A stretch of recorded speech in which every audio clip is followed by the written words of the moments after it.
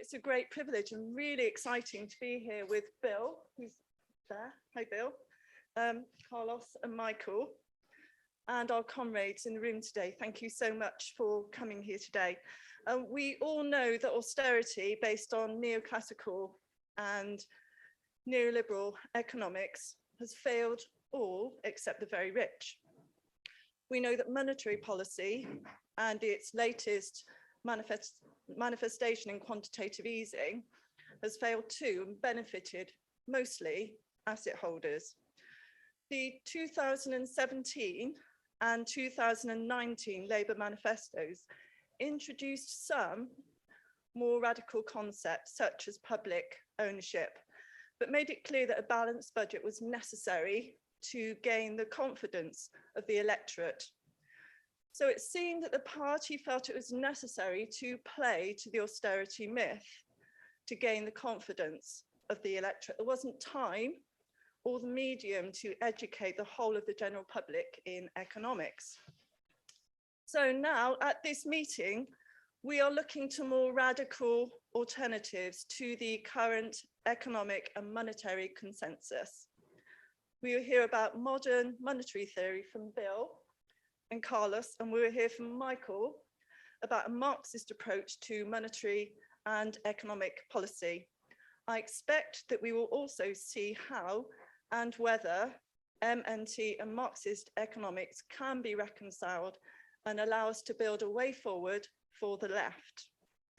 Now we will hear from each of our panelists, and then they will debate with each other. After that, we will take contributions from the floor.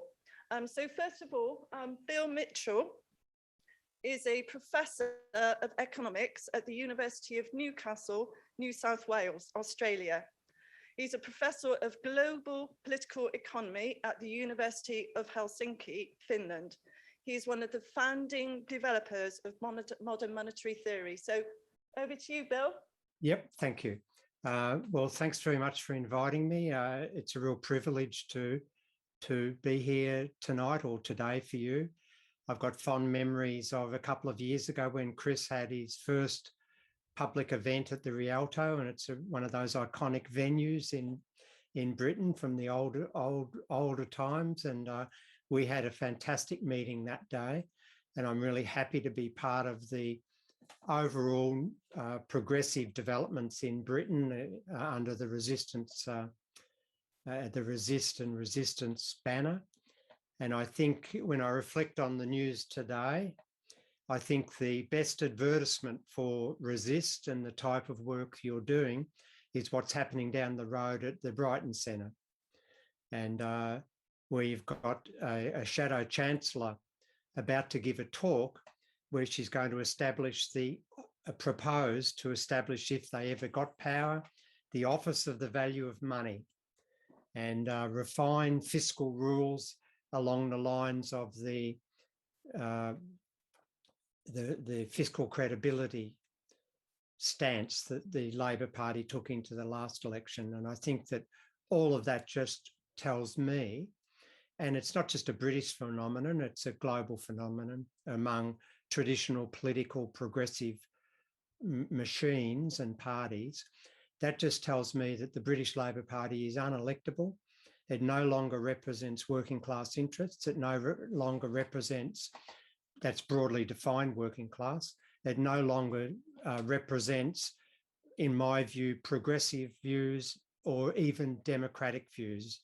And, I note Starmer lost his bid to kill off the one vote, one member rule, but the willingness to do that tells you everything.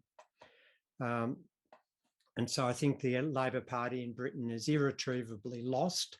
And I think new movements along the lines that Chris and his team are hoping to progress are the way forward for grassroots movements to bring together workers into a true progressive movement that takes us beyond the old-fashioned blue-collar roots of the Labor Party, but preserves their intent. And because society's obviously changed since we had coal mines and deep industry, but the intent of protecting workers' interests remain, in my view. So the first thing I want to talk about, and I think I've got about 20 minutes, is to just reflect on one of the things that progressives haven't done very well, in my view, is to provide a blueprint on what sort of things we want the world to look like. What shape do we want the world to be in as progressive people? And I think that it's quite clear that if we reflect on the last 30 years, variously, depending which country you live in, and if we gave the neoliberal era, which is what we can call it, a report card, I'm an academic, so let's give it a report card, we'd just have FFs all the way through. It's been all of the promises that were held out to people, to the workers, about the benefits of deregulation, of privatisation, of trimming the public sector, of pursuing so-called fiscal responsibility, which is really code for fiscal irresponsibility. All of those things haven't come to pass. And I think increasingly people are realising that, even if they don't quite understand the mechanics or the reasons or what's going on in a technical sense, they understand that they've been dudded completely. They understand that we don't even aspire to full employment anymore. They understand that their jobs are more precarious, and it's getting increasingly difficult to get pay growth. They understand the gig economy is undermining their children's future. We've now got this era of people who are petty capitalists in a way, have got to provide their own scooter to buzz around delivering food because we've been conditioned to be too lazy to even go out and buy our own food anymore. And they've been conditioned to think that anything public is bad and anything private is good in terms of economic activity. The climate deterioration is now becoming increasingly aware, and we're now starting to understand the role of corporations in that. We know that world poverty isn't being reduced very quickly, and there's still a massive divide between advanced countries and less advanced countries. And at the moment, with the vaccination type inequalities, that's just a new form of poverty. We understand that we need incomes, but we don't just need incomes. We need dignity in work. We need security in work, and we understand that our housing situation has deteriorated in our urban centres, and we also appreciate that without knowing necessarily all the reasons, that our regional areas are hollowing out, and we're losing services and essential services, but also other services that are of value to human life, like libraries and arts and crafts and those type of things that broaden the scope of human endeavour and enrich the working class quality of life. And that increasing awareness, so they're all the things that progressives should be aiming for: more public, less private, a proper solution to climate change, not one that's going to allow the financial markets to morph into new financial products. And, we get green bonds and all of that nonsense. We want governments now to step up. And what the pandemic has undoubtedly taught us, and nobody could be in any doubt about this now, after nearly 2 years. We should have learnt it during the GFC, but we've definitely learnt it now, is that capitalism is on state life support. The capitalist system is a failure if it tries to eliminate the fiscal capacity of the state. And without the massive state intervention that's occurred, and we can debate whether it's been designed in a very sensible way, whether the things that the state's done are very good or bad, whether they've done enough or not enough, all of those things. But without that massive support that shows up in larger fiscal deficits, the capitalism would have collapsed under this pandemic. We know that now. And we also know that mainstream economics, as we've been indoctrinated to believe, fails to explain the dynamics of our lives. And that's, we've always seen that over the last 30 years in terms of Japan. And I won't get in, Japan's one of my special interests, but Japan taught us years ago that fiscal deficits aren't bad. They don't lead to higher interest rates. That when central banks effectively fund government spending, you don't get accelerating inflation, that the central bank can always control bond yields and play the bond markets out of the game if they want to. And the only reason that private bond investors can determine government yields on bonds is if the government allows them to. Japan taught us that years ago, but the pandemic's telling everybody that now. And all of the prognostications of my mainstream colleagues in macroeconomics have failed dramatically to eventuate. During the GFC, even going back to the Japanese situation during their massive commercial property collapse, my colleagues were saying, oh, interest rates are going to go through the roof. There'll be accelerating inflation. Bond markets will stop funding governments. Governments will run out of money. Disaster, skies are going to fall in. And that type of predictive set comes directly out of the mainstream economics that we teach in universities, and the mainstream of my profession publishes and writes about all the time. And those graduates go off into policy-making sectors, in treasuries, in ministries of finance, in central banks, and they just take that baggage, that mythical, fictional world into their professional lives. And that's why governments, politicians do what they do. And we're now discovering that's a fictional world. And even the players in central banks, the central bankers have reached the end of their tether in a way. They've been appealing even pre-pandemic for fiscal policy to take over the reins of what we call counter-stabilisation, which is attenuating the fluctuations in non-government spending and saving, which can lead to recession if the government doesn't step in and fill the gap. So even that's happening. And my colleagues in the financial markets are even starting to understand that the sort of predictions that my profession have been making have really undermined their business model.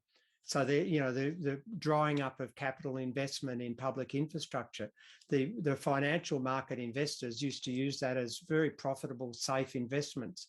And with that drying up, they've gone into increasingly risky investments. And I don't want to talk about that tonight, but I can in question time if you like. And that brings me to MMT, modern monetary theory. And there's 2 points. What is it? And what does it offer the progressives? And obviously in the next 10 minutes, I'm not going to be able to give you a detailed account of 25 years of work, but I can give you a feel for what it is. The first thing that I'd make into this audience is that whether you've got socialist ownership of means of production, whether you've got capitalist ownership of means of production, you're going to have a monetary economy. You're going to have a currency issuer, and you're going to have currency arrangements. And you're going to have currency arrangements between nations, which means you've got exchange rates, and that's will be the case whether we alter, hopefully, the dominant means of production ownership or we don't.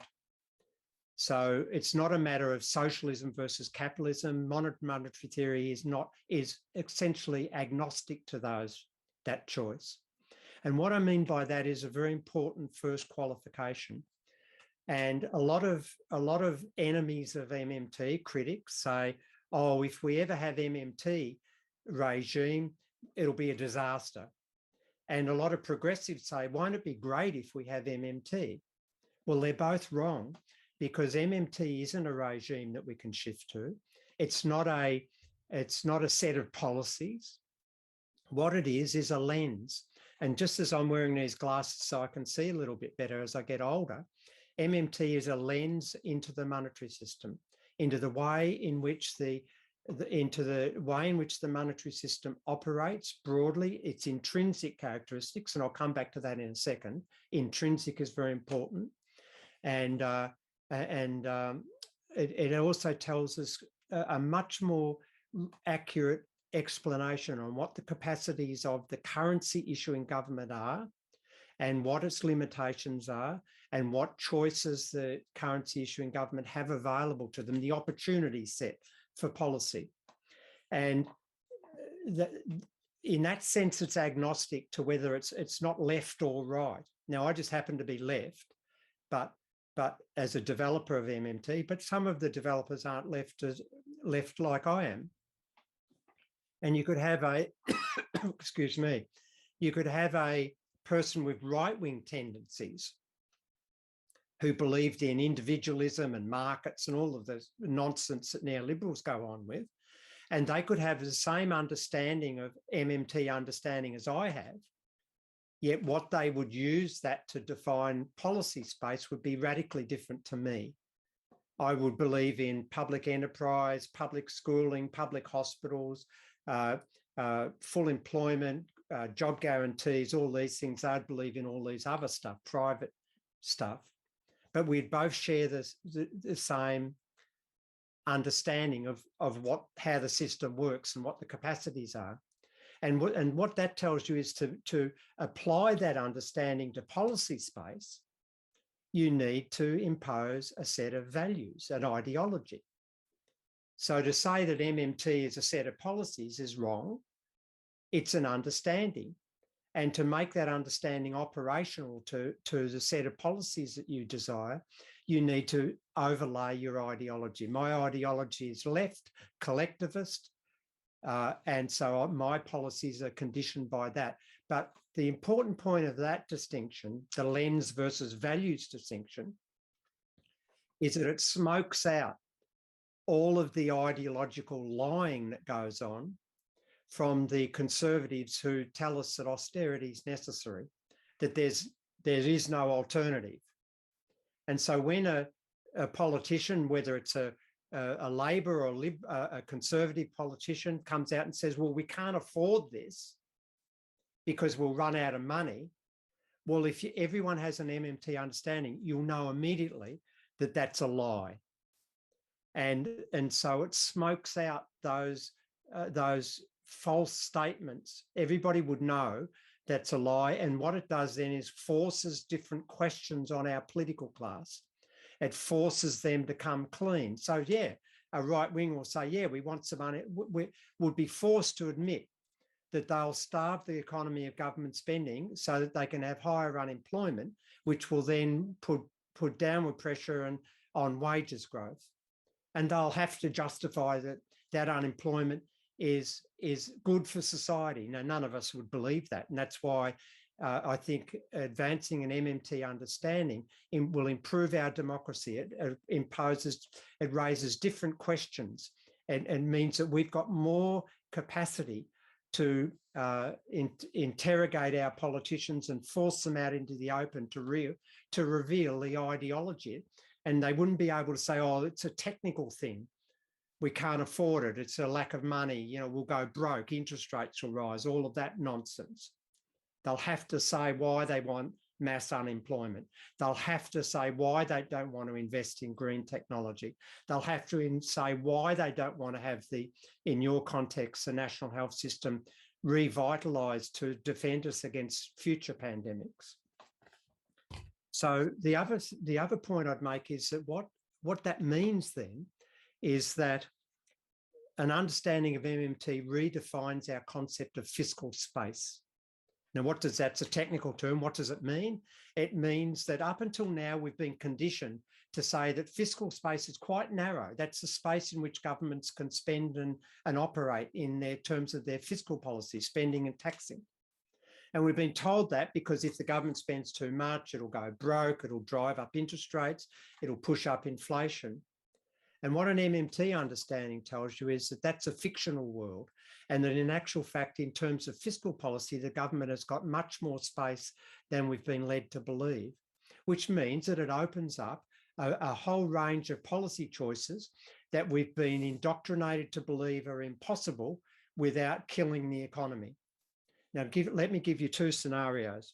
First scenario is we've got full employment, all the productive resources are being used, and the government gets a political agenda to have a green transition, which means it's going to have a massive reconfiguration of productive resources and consumption patterns. And it means probably, definitely, the public sector will have to increase the command of economic resources at its disposal. Now, it can do that by going into the market and buying those resources through government spending and competing for those resources at market prices. Now, if you've got full employment, all that will do will drive up inflation. And in that context, then, you see that the constraint on government spend, it can spend as much as it likes.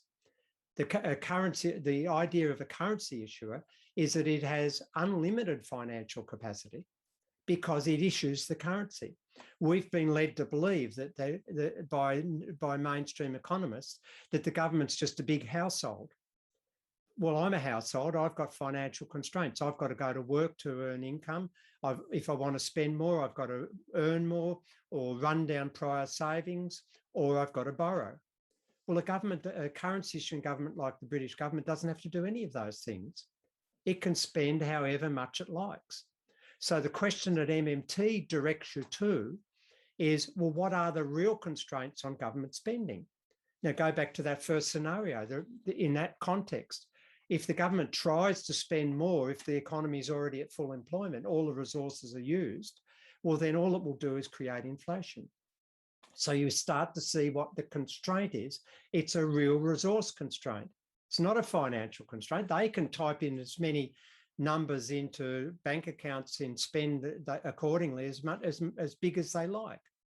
But they reach a real resource constraint.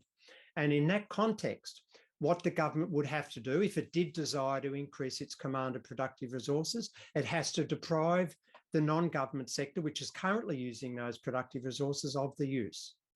One of the ways they can do that, and they do that, is through taxation. So the taxation reduces our purchasing power and means that we can't command the use of real productive resources that are available as much as before. And that frees up those resources for the government then to use to buy their services through government spending.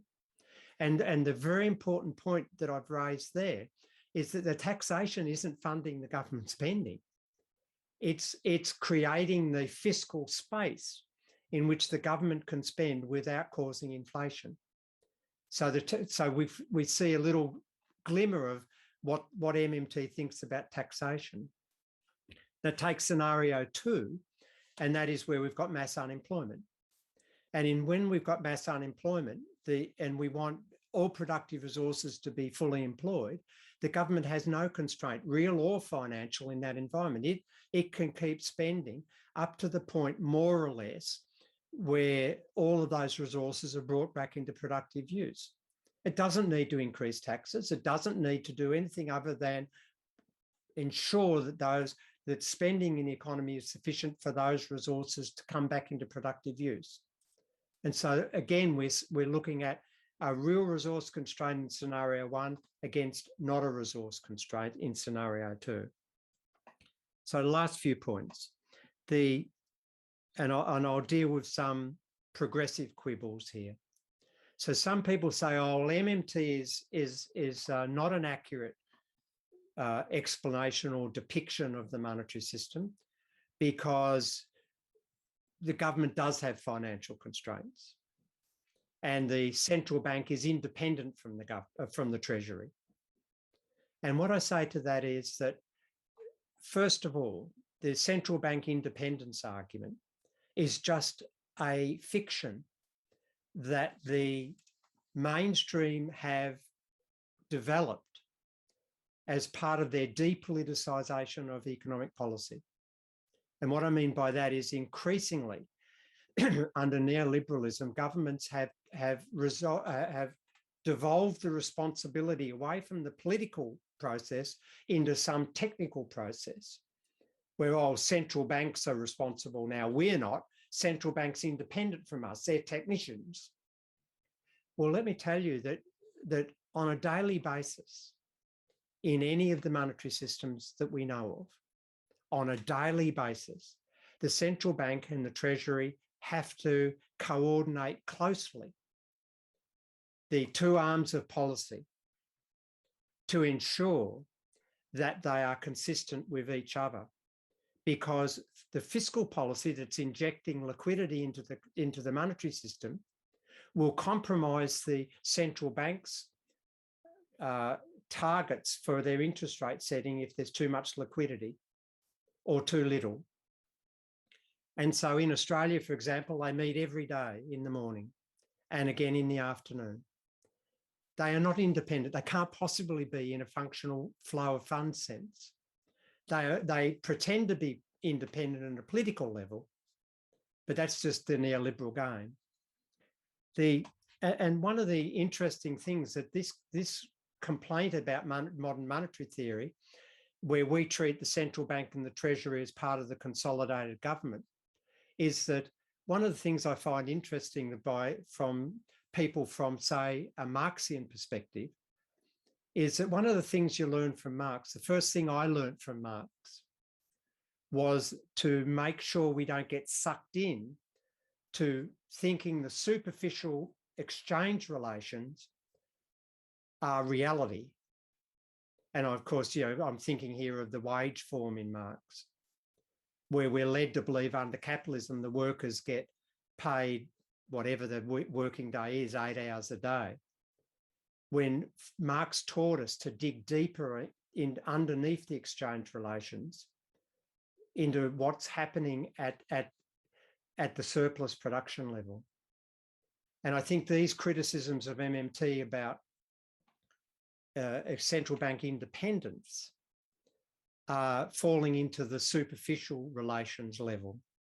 Yes, of course, governments have voluntary arrangements where it makes it out that taxation revenue goes into an account and the government spending comes out of that account, or government debt receipts go into an account and government spending goes out of that account. And they say that shows that taxation receipts or government bond sales fund government spending.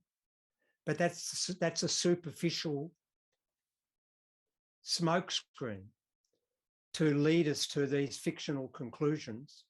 In reality, the currency issuing government does not need tax revenue to spend. It needs tax revenue to stop us spending. It doesn't need to issue debt. It never needs to issue debt. It can always spend without issuing debt, because how does government spend? They type numbers into bank accounts. And the central bank can always type numbers in under the instruction of the Treasury officials. So the last thing I'd make is, and this is now addressed in the last 2 minutes, addressing the question of, well, what does MMT offer progressives? Well, the answer is a superior understanding of the capacities of the government. That's what it offers. And in terms of a green transition, as an example, which is one of our major current, future challenges, MMT doesn't offer very much about the green transition. But what it does offer is intrinsically important, because what's going to derail a move to a proper functional green transition are all of the complaints about how we're going to pay for it. How can we afford this? Well, MMT tells you how you can afford it. the government can spend what it likes. And if it comes up against real resource constraints, it has to do other things as well if it really wants to divert resources into one use or another. It has to have taxes or regulation or whatever. But nobody should ever be beguiled by the neoliberal nonsense that comes from my mainstream of my profession, that the government will run out of money or it can't afford to do that. Well, when we think about can't afford, we only think in MMT terms in real resources. What are the real resource implications of the government doing something? And what are the benefits of that? So in my view, is in closing, MMT provides a liberation in our thinking as progressives. It's not a theory of everything. It's not a theory of the state. It's not a theory of who's going to win the football yesterday. It has a role to play in enhancing our understanding of what the currency issuing government can do, broadening the possibilities that we come to believe the government can do, and improving the way in which we engage with the political process to stop us being smokescreened by conservative politicians who are in the hands of capital. Thanks very much. Thank you very much, Phil, for explaining to us the lens that MMT provides. We'll come back to discussion afterwards with your colleagues here. We're now going to hear from Carlos Garcia Hernandez. Carlos studied philosophy and history at the Humboldt University of Berlin. He's founder and director of Lola Books. You can look it up. One of the publishing house's main topics is modern monetary theory, and Carlos has introduced a concept of fiat socialism as the achievement of the goals of socialism through modern monetary theory. So over to you, Carlos. Thank you very much.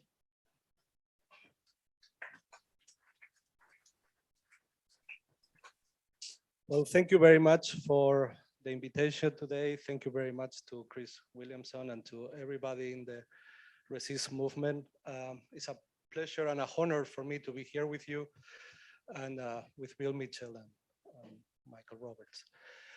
I'm going to present today my proposal based on modern monetary theory that I call fiat socialism. And I'm going to arrange this proposal for the case of the United Kingdom.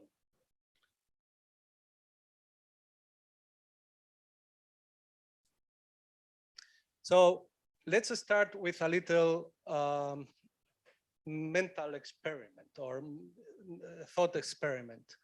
Let's imagine UK with a guaranteed and permanent full employment, with full and prudent use of natural resources, a guarantee of food, shelter, clothing, health services, and education to every citizen, social security in the form of pensions and subsidies, and a guarantee of decent labor standards. So let's imagine that we lived in a UK like this, you know. Wouldn't it be nice? Who is against this? Who? Well, technology is against. Who? Please raise up your hand, the one or those that are against this. So the question is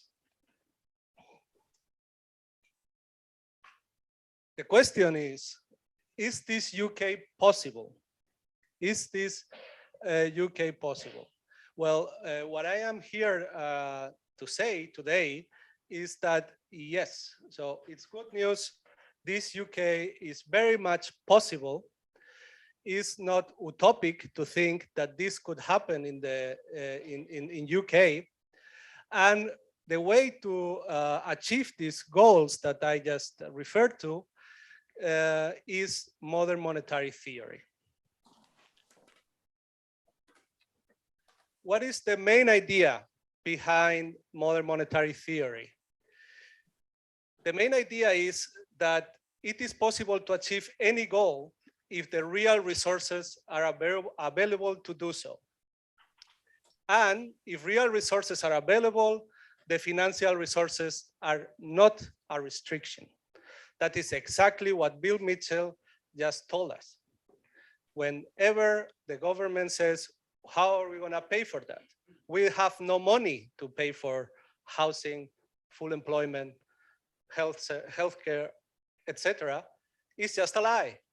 Because if you have the real resources, it is very much possible to mobilize those resources in order to achieve your goals. Because financial resources, money, are not a restriction. The government cannot run out of money. So these are the main ideas behind modern monetary theory. So the real question when we make our thought experiment, the real question is, does the UK have the real resources to achieve our goals? Does the UK have the real resources to have guaranteed and permanent full employment?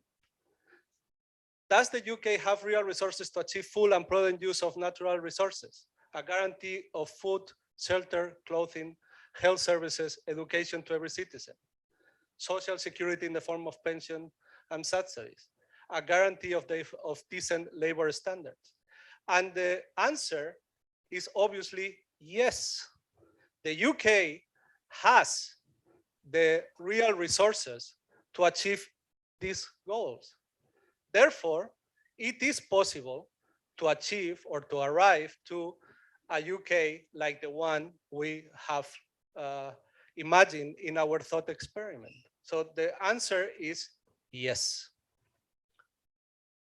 So what is MMT? It's a little bit difficult to answer this question after talking after Bill Mitchell. And of course, it's a very wide question and it's impossible to answer this question very fast. But we can say that MMT is a method to achieve price stability and the full employment of the material resources. That is mainly how we can understand modern monetary theory. Full employment of real resources, including labor, of course, without creating inflation. What is not MMT? MMT, like Bill Mitchell said, is not a political regime. It is not that we are going to have MMT. MMT is a lens to look at the economy in the right way, like Bill Mitchell said. I knew he was going to say that because he always does. And he's totally right. And he's totally right. So the question that we have to ask ourselves is, what political objectives do we want to pursue together with the full employment and price stability achieved through MMT? In other words, what do we want full employment and price stability for? What do we want that for when we cannot go to the hospital when we are sick? We can have full employment, we can have no inflation, but if we cannot go to school to learn how to read and write, what do we want that for? If we cannot afford to live in a proper housing, what do we want that for? So that is the political aspect that we have to answer.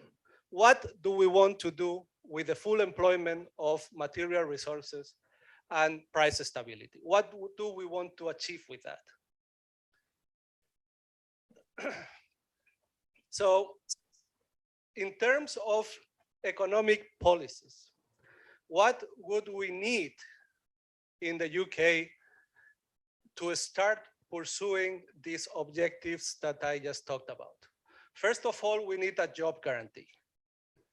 That means that everybody in the UK who wants to work and can work, but cannot find a job in the private sector or in the public sector, a permanent public sector, must receive a job offered by the public sector until that person finds a better job in the private or permanent public sectors. In other words, first we have to decide how big do we want our public sector to be.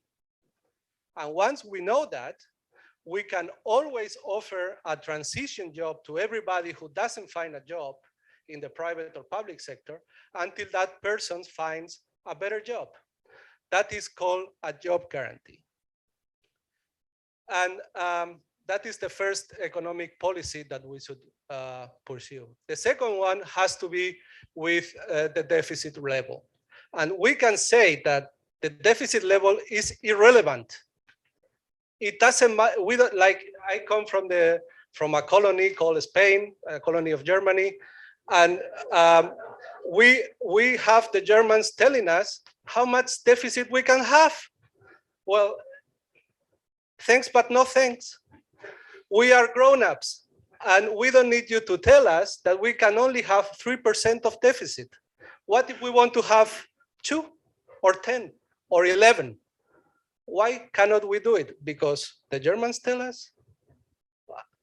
It's very sad.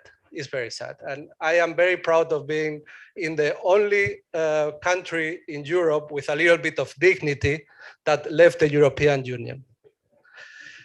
And so the deficit level is irrelevant. Only inflation level is relevant. Only inflation is an evidence of the deficit being too high. If you are not creating inflation with your level of deficits, you can keep on going. The only sign that you can see that deficit is being too high is because you are creating inflation. It doesn't matter what number the deficit level is. So I like to relate these two aspects of the of policy, the aspect of employment and inflation,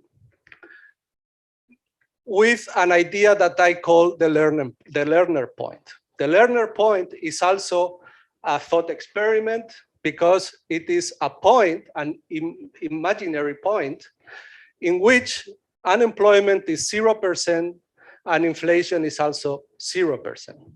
Of course, this never happens in real life, but we can have this as an objective. We can orientate ourselves in our political actions in order to get as close as possible to a point where unemployment is 0% and inflation is 0%. And we can also calculate how far away we are from this ideal point with the learner rate. The learner rate is, the way I calculate it, is the unemployment and the absolute value of inflation. Absolute value meaning that we also take in consideration deflation, which is much worse than inflation, really. So I have done this little chart for the UK from year, can I use this? From year 2000 till year 2006. And here we have the evolution of the learner rate in the UK. It is very interesting to see that inflation in these 17 years has been extremely low. Whenever they tell you that inflation is a problem in this country, it's not true. Look, for example, at 2015, 0%. 0%. We also have 0.6% in 2016. We have a peak here in 2010, where we had an unemployment of 7.7 and inflation of 3.2, giving us a learner rate of 10.9 points. So the question is, do we have in the UK enough resources to employ the 5? It never gets to 6%. Only in 2018 it was 8%. To employ this 8% that looks to be the maximum unemployment rate in the UK? The answer is yes. Obviously, yes. We can find the ways to deploy a job guarantee that gives a job to this 8% of the population who in 2011 couldn't find a job. That is the way I relate these two issues. As you can see here, I don't talk about deficit because it's irrelevant. The only two things we have to talk about is employment and inflation. Of course, I don't want to say that employment and inflation are have the same importance. In my opinion, of course, employment is more important than inflation. But I think that the learner point and the learner rate can be a good orientation to know what we want to achieve, you know? So as you can see, this chart means that a UK like the one we have imagined in our thought experiment is not difficult to achieve. It is very much possible. It is not an utopic idea. It is very much within our reach, within your reach. So next one, please. So what is the job guarantee that I am talking about? First of all, the salary of the job guarantee must allow the worker to have decent living standards. I am not an expert in the UK economics, but I can pretty much imagine that you have in mind a pretty good orientation of what that salary should be. You know, so first of all, the salary must allow the worker to have a decent living standard. Second point, the job guarantee must not compete with the public and private sectors. First of all, it doesn't compete for workers because obviously the workers that we are using in the job guarantee are not wanted by the private sector or the permanent public sector. So we are not competing with the, in that sense. But we should also not compete in the materials we use to implement the job guarantee. The tools that the workers should use in the job guarantee should be as simple as possible. And they should start working as soon as possible without competing for real resources against the other sectors. Number three, and here comes a field that I feel very much is shared by modern monetary theory and Karl Marx, is that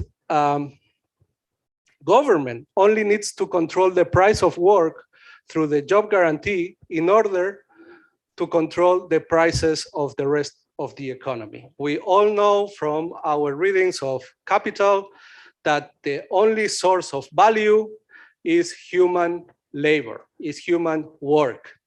That is very much accepted by the MMT scheme of things.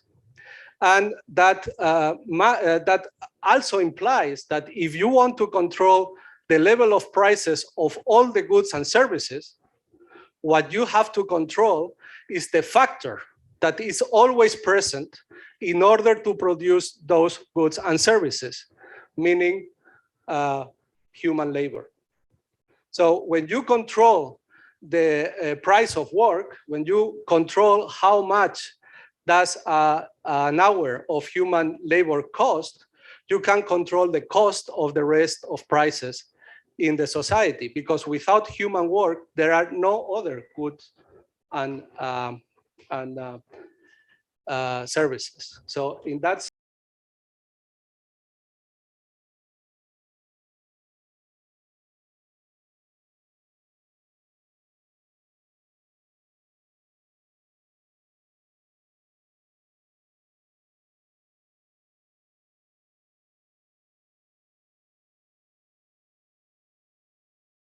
a lot of employment, or we have inflation.